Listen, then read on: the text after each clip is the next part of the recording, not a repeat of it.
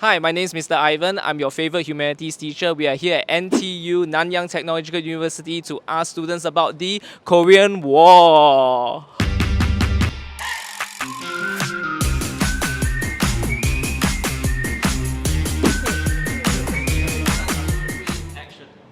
Okay.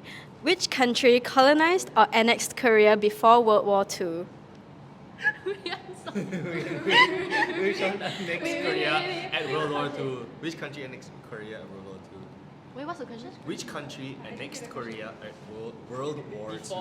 Before World War II. What's NX? What's NX? This is Japan. Yeah. It's Oh, really? Japan? It's only Japan. Oh,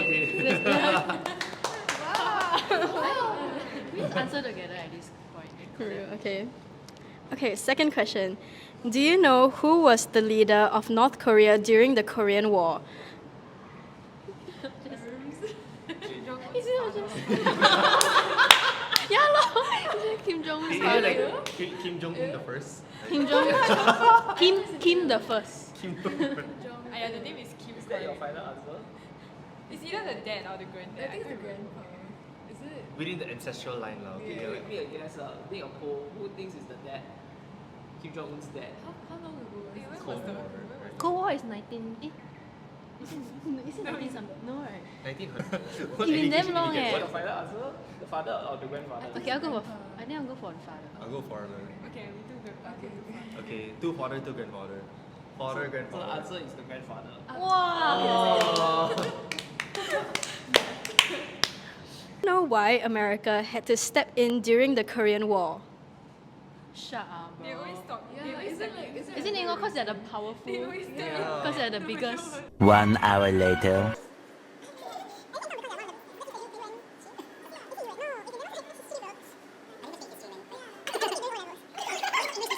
O-level history. So it was to stop communism from spreading. You can say democracy is correct as well. Is which country did US and North Korean leaders first meet? Singapore. Singapore. Oh. Thank you everyone. Wow, I love history. Well, seems like only some know about the Korean War, or others not so much. But did you know that the Korean War technically is still happening? Yup. And the leaders from Korea and the United States actually were, well, they met here in Singapore, 2018. And the leaders that met, one of them that represented the United States was none other than Mr. Donald J. Trump. Enemy falling back to the Han River, United Nations commanders had expected that the Reds would make their stand there. In Korea, United Nations troops push on and cautious advance against the communists. Now, Korea had always been part of the Japanese Empire since 1910, and it was always on the benefit of the Japanese because they were using the industrial power and production from Korea all just to benefit the Japanese trade and the economy. The Koreans always resented this and always wanted a free and united Korea as a result.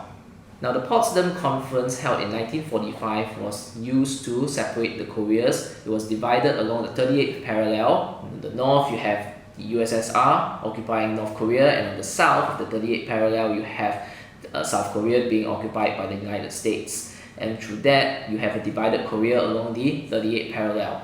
Now, the United States, with the support of the United Nations, wanted to have free elections, holding free elections so that the people of Korea could choose their government. But the Soviet Union and the communists, they had other plans. The USSR had a leader in mind. He was none other than Kim Il-sung. He was the leader of the Communist Party in Korea that led the struggle against Japanese in World War II. Now, Kim Il-sung had the support of the Soviet Union because he was anti-capitalist and he was a full-fledged communist, totally loyal to the cause of the Communist Revolution. Now, in South Korea, elections were held and the winner is none other than Syngman Rhee. Syngman Rhee was a ruthless leader. He was authoritarian in nature and he removed all resistance through violent means. Now, United States had no choice but to support him because he was, quote-unquote, not a secret, anti-communist. Encouraged by the military advantage that Kim had from Stalin himself, Soviet Union supplying weapons, training, and tanks, airplanes, and all sorts of military equipment. This made Kim very, very confident that he could launch a quick victory, about days, weeks, or even months, to totally unify Korea under communist rule. And with that, he made several trips to visit Stalin, and I mean really, really many trips. And it was only in 1950 that things started to change and Stalin finally changed his mind.